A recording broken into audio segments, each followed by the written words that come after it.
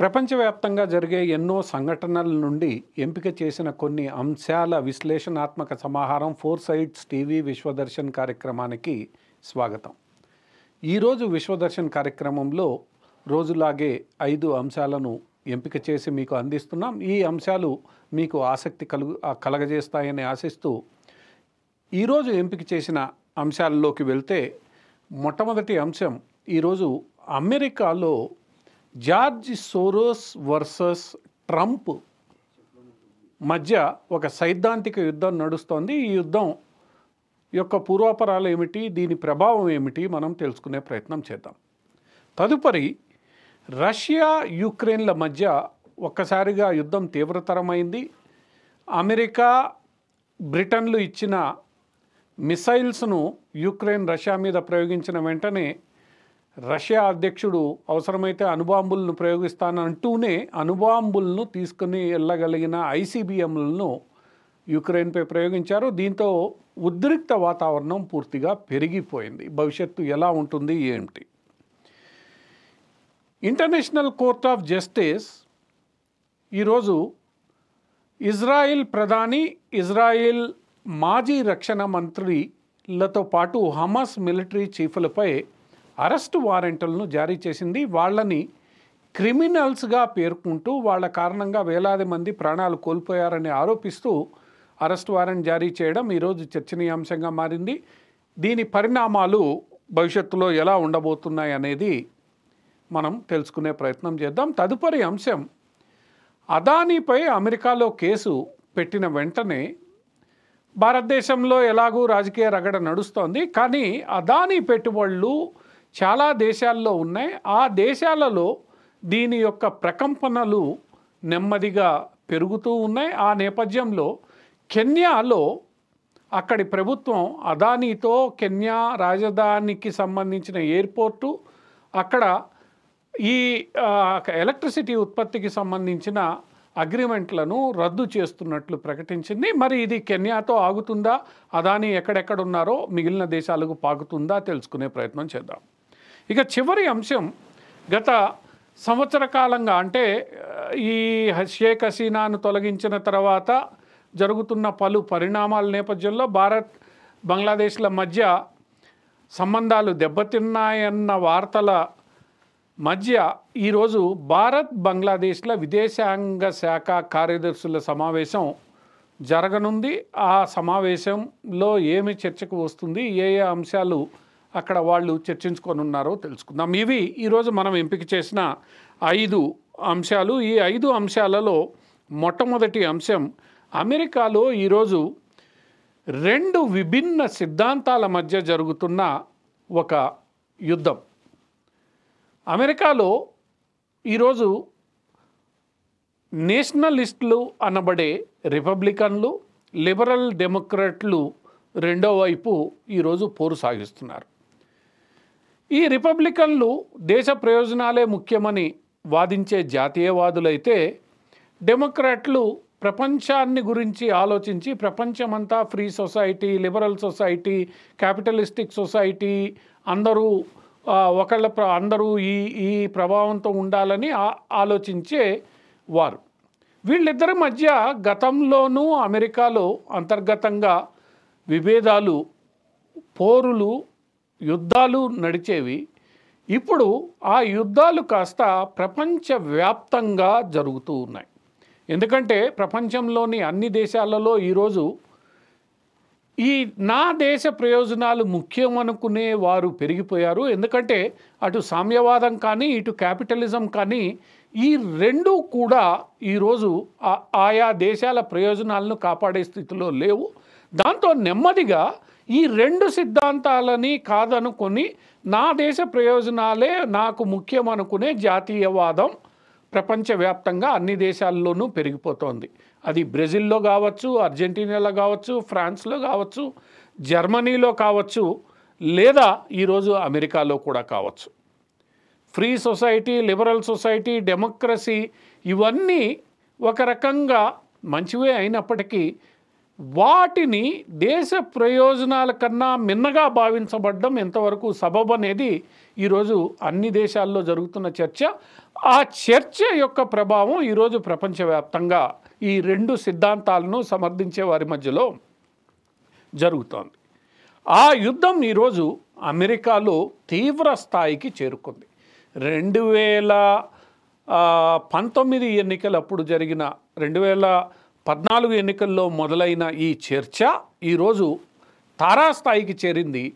ఈ తారాస్థాయికి చేరుతున్నప్పుడు ఈరోజు జాతీయవాదులకు ప్రాతినిధ్యం వహిస్తున్న డొనాల్డ్ ట్రంప్కు, అలానే ఈ లిబరల్ డెమోక్రటిక్ సైద్ధాంతానికి ప్రతీకగా నిలుస్తున్న జార్జ్ సోరోస్కు మధ్య తీవ్రమైన ప్రచ్ఛన్న యుద్ధం అమెరికాలో ప్రారంభమైంది.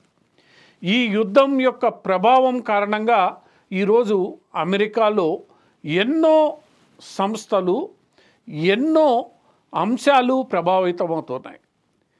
జార్జ్ సోరోస్ ట్రంప్ తీసుకుంటున్న విధానాలను పూర్తిగా వ్యతిరేకిస్తుంటే, ట్రంప్ జార్జ్ సోరోస్ చెప్పే ప్రతి మాటను అడ్డం కొడుతూ జార్జ్ సోరోస్కు వ్యతిరేకంగా పనిచేస్తున్న వాళ్ళందరినీ తన మంత్రివర్గంలో చేర్చుకునే ప్రయత్నం చేస్తున్నారు. ఇది ఒకప్పుడు ఆ దేశంలో అంతర్గతంగానే ఉంటున్న వ్యవహారం కాస్త ఈరోజు ప్రపంచవ్యాప్తంగా విస్తరించింది. ఆ విస్తరణ నేపథ్యంలో వీళ్ళిద్దరి పోరు యొక్క ప్రభావం అన్ని దేశాల మీద పడుతోంది. ఆ ప్రభావమే ఈరోజు అదానీ వ్యవహారం అని కూడా వాదించే వాళ్ళు లేకపోలేదు.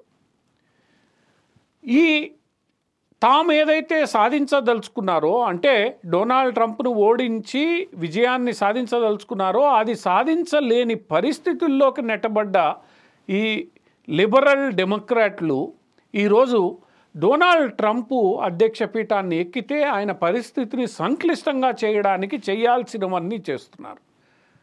రష్యా యుక్రెయిన్ యుద్ధానికి సంబంధించి కానీ, మనం ఇతరత్ర అంశాలు, ఈరోజు అదానికి సంబంధించిన అంశం కానీ, ఎందుకంటే నరేంద్ర మోడీ అంటే ఈ జార్జ్ సోరోస్ బృందానికి పడదు కాబట్టి, ఆయన కూడా జాతీయవాది కాబట్టి, ఇలాంటి స్థితిని సృష్టించడం ద్వారా రాబోయే 4 ఏళ్ళు ఈ డెమోక్రటిక్ లిబరల్ వాదులు మీ యొక్క అధికార కాలం అంత సులభం కాదు, ప్రతి క్షణం తాము పోరాడతామని ప్రకటించినట్లయింది.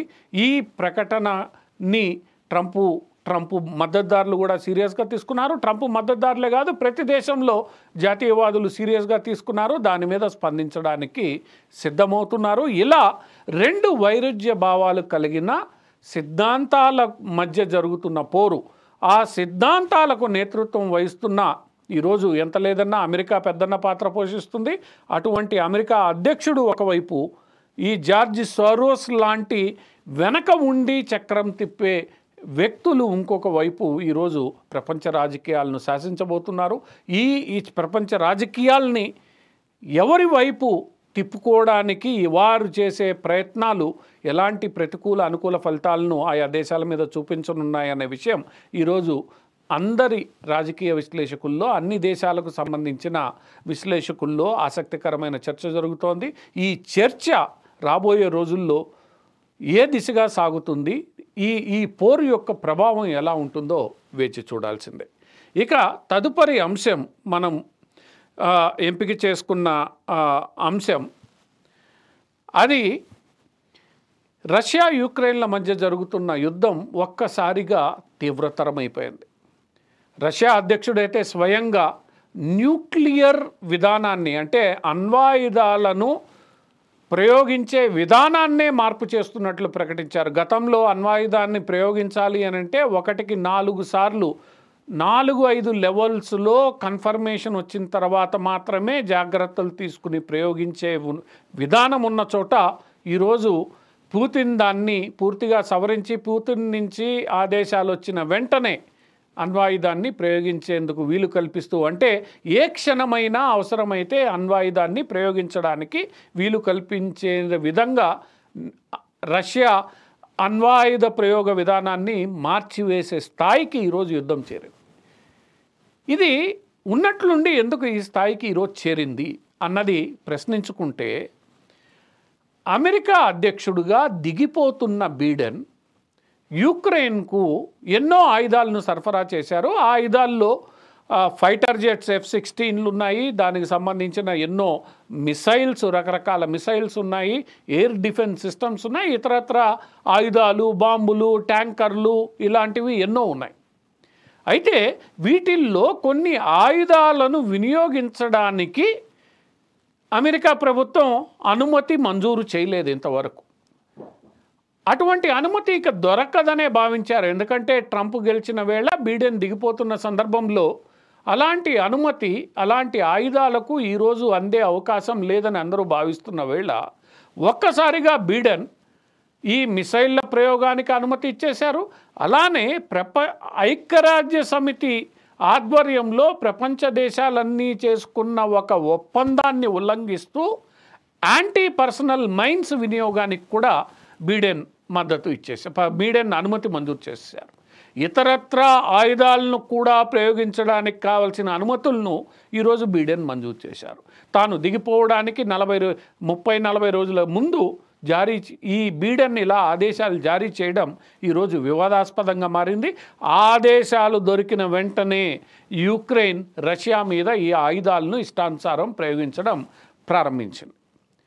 ఇక అప్పటికే రష్యా అధ్యక్షుడు ఎప్పుడైతే ఆదేశాలు వచ్చాయో, అవసరమైతే ఆటం బాంబును ప్రయోగించడానికి సిద్ధంగా ఉన్నానని ప్రకటించాడో, ఎప్పుడైతే యుక్రెయిన్ ఈ మిసైల్స్ను, యాంటీ పర్సనల్ మైన్స్ను వినియోగించడం ప్రారంభించిందో వెంటనే రష్యా తీవ్ర స్థాయిలో స్పందించడం మొదలుపెట్టింది. ఇంటర్ కాంటినెంటల్ బ్యాలిస్టిక్ మిసైల్స్ను ఈరోజు యుక్రెయిన్ మీద ప్రయోగించింది. తద్వారా యుక్రెయిన్లో ఇప్పటి వరకు యుద్ధానికి ప్రభావితం కాని క్షేత్రాలకు కూడా ఈరోజు యుద్ధం చేరిపోయింది. దీంతో యుద్ధం యొక్క తీవ్రత పెరిగిపోయింది. గతంలో యుద్ధం ఆ సరిహద్దు ప్రాంతాలకు, ఆ చుట్టుపక్కల ఉన్న కొన్ని చోట్లకే పరిమితమై ఉండేది. ఈరోజు ఈ మిసైల్స్, ఇంటర్ కాంటినెంటల్ మిసైల్స్ ప్రయోగించడం ద్వారా అది యుక్రెయిన్లో ఎక్కడికైనా వెళ్ళి విధ్వంసం సృష్టించగల పరిస్థితి ఈరోజు నెలకొంది. అట్లనే యుక్రెయిన్కు లాంగ్ రేంజ్ మిసైల్స్ వినియోగించడానికి అనుమతించడం ద్వారా రష్యాలో ఎక్కడికైనా కూడా యుక్రెయిన్ మిసైల్స్ను ప్రయోగించి విధ్వంసం సృష్టించగల పరిస్థితి ఏర్పడింది. దీంతో ఒక్కసారిగా రెండు దేశాల మధ్య ఈ పోరు తీవ్రతరమైంది. ఈ తీవ్రతరమైన పోరు ఎలా ముగుస్తుంది, ఒకవేళ దాన్ని ముగించడానికి ట్రంప్ చొరవ తీసుకుంటే అది అత్యంత సులభమా అన్న ప్రశ్నలు తలెత్తుతున్నాయి. ఇదే బైడెన్ యొక్క ఈ అనుమతుల మంజూరు చేయడానికి బైడెన్ యొక్క ఉద్దేశమని, ట్రంప్కు ఈ యుద్ధాన్ని ముగించడం అంత సులభం కాకుండా చేయడమే ఆయన లక్ష్యమని నిపుణులు వ్యాఖ్యానిస్తున్నారు. ఏది ఏమైనప్పటికీ ఈరోజు అమెరికాలో ఈ బైడెన్ ట్రంప్ మధ్య జరుగుతున్న అంతర్గత పోరు ప్రభావం కారణంగా ఈరోజు ప్రపంచం 3వ ప్రపంచ యుద్ధం ముంగిట నిలబడిందనడంలో సందేహం లేదు. నానాటికి తీవ్రతరమవుతున్న యుక్రెయిన్ రష్యా యుద్ధం ఏ స్థాయికి చేరుతుందో చూడాలి. ఇక తదుపరి అంశం, ఇజ్రాయిల్ ప్రధాని బెంజమిన్ నెతన్యాహు మరియు ఆ ఇజ్రాయెల్కు సంబంధించిన మాజీ రక్షణ శాఖ మంత్రి, అలానే హమస్ యొక్క మిలిటరీ చీఫ్లు ఎవరైతే ఉన్నారో వాళ్ళందరి మీద international court of justice arrest వారెంట్ను జారీ చేసింది. ఈ అరెస్ట్ వారెంట్ను జారీ చేయడానికి ఐసీసీ పేర్కొన్న అంశం ఏంటంటే, వీళ్ళు ఇష్టానుసారం సామాన్య ప్రజల ప్రాణాలను హరించడానికి కృషి చేశారని, వీళ్ళు యుద్ధ సమయంలో జరిగే వార్ క్రైమ్స్కు పాల్పడ్డారని, గాజాలో జెనోసైడ్కు పాల్పడి ఎందరో అమాయక ప్రాణాలు కోల్పోవడానికి కారణమయ్యారని చెప్పి ఈ ఐసీసీ అభిప్రాయపడి వీరిని నిందితులుగా పేర్కొంటూ వీళ్లకు ఐసీసీ అరెస్ట్ వారెంట్ జారీ చేసింది. ఈ అరెస్ట్ వారెంట్ను ఇజ్రాయెల్ లెక్క చేయలేదు, మేము గుర్తించమన్నారు. ఇక అమెరికా తీవ్రంగా తప్పుపట్టింది, దీన్ని అంగీకరించమని చెప్పింది. పాశ్చాత్య దేశాలు కూడా దీన్ని అంగీకరించమని చెప్పారు. ఈ అరెస్ట్ వారెంట్ అమలవుతుందా లేదా అన్నది ప్రశ్న పక్కన పెడితే, ఈ అరెస్ట్ వారెంట్ జారీ చేయడం వల్ల అక్కడ సాధించబడింది ఏందో ఎవరికీ అర్థం కావట్లేదు. ఒక వ్యక్తిని ఇంటర్నేషనల్ క్రిమినల్ కోర్టు ఇచ్చిన అరెస్ట్ వారెంట్తో అరెస్ట్ చేయలేరు. ఎందుకంటే దానికి చాలా స్థానిక చట్టాలు, ఇతరత్రా చట్టాలన్నీ చూసుకోవాల్సి వస్తుంది. అలాంటి పరిస్థితుల్లో ఈరోజు ఐసీసీ కేవలం సైద్ధాంతికపరమైన అంశాల ఆధారంగానే ఇలా వ్యవహరించిందని ఇజ్రాయెల్, అమెరికా అన్ని దేశాలు ఆరోపిస్తున్నాయి. వీళ్ళు ఇజ్రాయెల్పై హమాస్ జరిపిన దాడులను ప్రస్తావించడం లేదని, ఇది ఏకపక్షంగా జరుగుతున్న అంశమని వాళ్ళు విమర్శిస్తున్నారు, ఆరోపిస్తున్నారు. ఏదేమైనప్పటికీ గత సంవత్సర కాలానికి పైబడి ఇజ్రాయెల్, హమాస్ల మధ్య జరుగుతున్న పోరులో ఇదొక పేజీ. రేపు భవిష్యత్తులో ఈ ఐసీసీ వారెంట్ను వినియోగించుకొని కొన్ని ఇజ్రాయెల్ వ్యతిరేక దేశాలు ఒకవేళ స్పందిస్తే అది తీవ్రమైన రాజకీయ దుమారానికి తావిచ్చే అవకాశం ఉంది. దాన్ని కొన్ని స్వార్థపర శక్తులు కూడా వినియోగించుకోవడానికి అవకాశం ఉంటుంది. ఏదేమైనప్పటికీ ఈ ఐసీసీ అరెస్ట్ వారెంటు ఈరోజు అంతర్జాతీయ వ్యవహారాల్లో కొంత చర్చనీయాంశంగా మారింది. ఈ అరెస్ట్ వారెంటు పనిచేస్తుందా లేదా అది తర్వాత సంగతి. ఇక తదుపరి అంశం, ఇది కెన్యా దేశానికి సంబంధించింది. కెన్యా దేశంలో అదానీ 4-5 అంశాలలో పెట్టుబడులు పెట్టాలని ఆ దేశంతో ఒప్పందాలు చేసుకున్నారు. ఈ పెట్టుబడులలో మొట్టమొదటిది $2 బిలియన్ పెట్టుబడితో కెన్యా రాజధానిలోని నైరోబీలో ఏదైతే ప్రధానమైన ఎయిర్పోర్ట్ ఉందో ఆ ఎయిర్పోర్టును దీన్ని వాళ్ళు కెన్యాలో జోమో కెనెటా ఇంటర్నేషనల్ ఎయిర్పోర్ట్ను అదానీకి అప్పగించడానికి చేసుకున్న ఒక ఒప్పందం. ఈ ఒప్పందం వెనక తీవ్రమైన అవినీతి ఉందని కెన్యాలోని ప్రతిపక్షాలు గతంలో నుండి ఆరోపిస్తూ వచ్చాయి. ఆ ఆరోపణల మీద కెన్యాలో తీవ్రమైన రాజకీయ దుమారం చెలరేగుతూ ఉంది.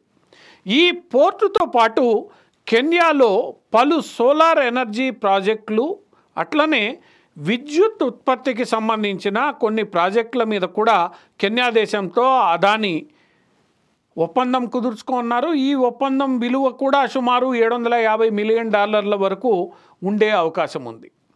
ఈ పరిస్థితుల్లో అమెరికాలో అదానీ మీద కేసు పెట్టబడిన నేపథ్యంలో కెన్యా అధ్యక్షుడు వెంటనే స్పందిస్తూ ఈ ఒప్పందాలన్నింటినీ రద్దు చేసుకుంటున్నట్లు ప్రకటించారు.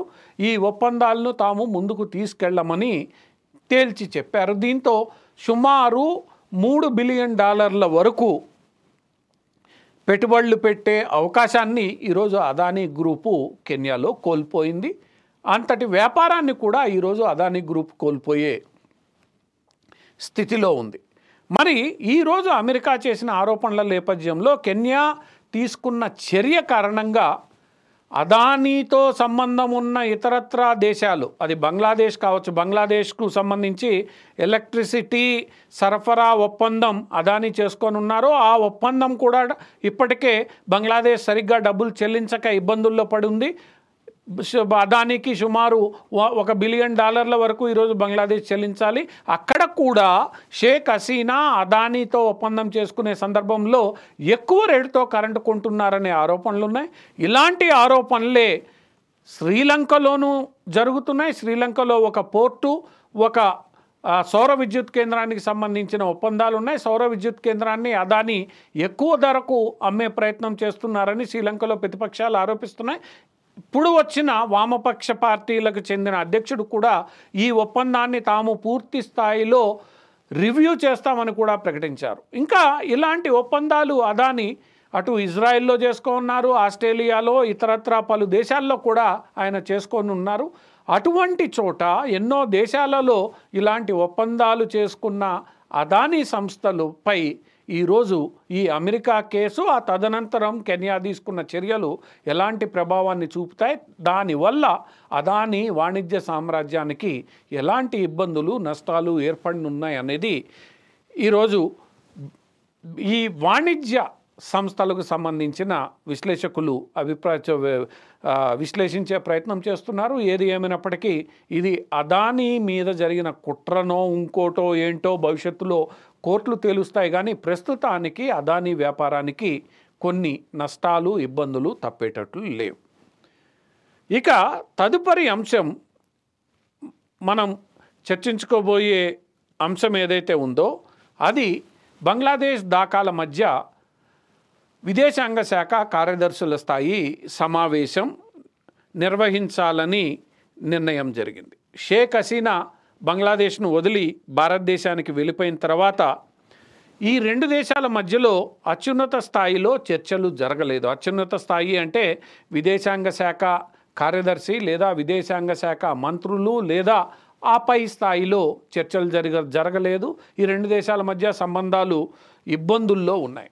ఒకవైపు బంగ్లాదేశ్లో హిందువుల మీద దాడులు జరుగుతున్నాయి, బంగ్లాదేశ్లో భారత వ్యతిరేక ఉద్యమాలు జరుగుతున్నాయి, బంగ్లాదేశు భారత్కు వ్యతిరేకంగా ఎన్నో చర్యలను తీసుకుంటోంది. బంగ్లాదేశ్ ప్రస్తుత ప్రధానమంత్రి యూనస్ భారత వ్యతిరేకగా పేరు గడించారు. ఈ నేపథ్యంలో పూర్తిగా బంగ్లాదేశ్ భారత్ల మధ్య సంబంధాలు అస్పష్టంగా అడ్డదిడ్డంగా ఉన్నాయనడంలో ఏమాత్రం సందేహం లేదు. అయినప్పటికీ ఈ మొత్తం వ్యవహారంలో బంగ్లా భారత్ల మిలిటరీ చీఫ్లు ఒకళ్ళతో ఒకళ్ళు మాట్లాడుకోవడం మినహా పెద్దగా రెండు దేశాల మధ్య చర్చలు కానీ సంభాషించుకోవడం కానీ జరగలేదు. అలాంటి పరిస్థితుల్లో మొట్టమొదటిసారి డిసెంబర్ మాసంలో మొదటి వారంలో బంగ్లాదేశ్ భారత్ల విదేశాంగ శాఖ మంత్రులు, బంగ్లాదేశ్ విదేశాంగ శాఖ మంత్రి శాఖ కార్యదర్శి జాషిన్ ఉద్దీన్, అలానే భారత్ విదేశాంగ శాఖ కార్యదర్శి విక్రమ్ మిస్త్రీ వీళ్ళిద్దరూ ఢాకాలో సమావేశం కానున్నారు. ఈ ఢాకా సమావేశంలో ఈ రెండు దేశాల సంబంధాల మధ్య తీవ్ర స్థాయిలో అన్ని అంశాలపై చర్చ జరిగే అవకాశం ఉంది. ఇంకొక వైపు బంగ్లాదేశ్ షేక్ హసీనాను మాకు అప్పజెప్పండి అని ఈ సమావేశంలో కోరబోతోందన్న వార్తలు కూడా వెలువడుతూ ఉన్నాయి. అయితే ఈ వార్తలను బంగ్లాదేశ్ విదేశాంగ శాఖ కార్యదర్శి తురోసిపుచ్చారు. అటువంటి అజెండా ఇంతవరకు ప్రిపేర్ కాలేదని బంగ్లాదేశ్ ప్రభుత్వం నుంచి కూడా తమకు దీని మీద చర్చలు జరపాలనే ఆదేశాలు ఇప్పటివరకు అందలేదని, అందువల్ల ఇది అజెండాలో ప్రస్తుతం వరకు లేదని ఆయన స్పష్టం చేశారు. ఏది ఏమైనప్పటికీ ఈ అంశం కూడా చర్చకు వచ్చే అవకాశం ఉందనేది విశ్లేషకుల అభిప్రాయం. ఇది ఒక రకంగా బంగ్లాదేశ్ భారత్ల మధ్య చెడిపోయిన సంబంధాలలో కొంతైనా పురోగతి తీసుకొని వస్తుందని, ఇరు దేశాల మధ్య పూర్తిగా ఇబ్బందుల పాలైన పలు సంబంధాలను కొంతైనా సరిచేస్తుందని నిపుణులు ఆశిస్తున్నారు. ఈ దిశగా ఇది ఒక మొట్టమొదటి అడుగు అవుతుందని అందరూ భావిస్తున్నారు. ఏది ఏమైనప్పటికీ రెండు దేశాలు ఒకసారి అత్యున్నత స్థాయిలో సమావేశం కావాలని నిర్ణయించుకోవడం ఒక విధంగా శుభపరిణామం. ఇది దక్షిణాసియాలో భారత్ బంగ్లాదేశ్ల మధ్య ఉద్రిక్తతలను తగ్గించడానికి ఉపయోగపడుతుంది. ఇవి ఈరోజు మనం ఎంపిక చేసుకొని మీకు అందజేసిన 5 అంశాలు. ఈ 5 అంశాలపై ఇచ్చిన వివరణ, 5 అంశాలు మీకు ఆసక్తి కలిగించాయని ఆశిస్తూ ఈ నేటి 4 సైడ్స్ టీవీ విశ్వదర్శన్ కార్యక్రమానికి సెలవు.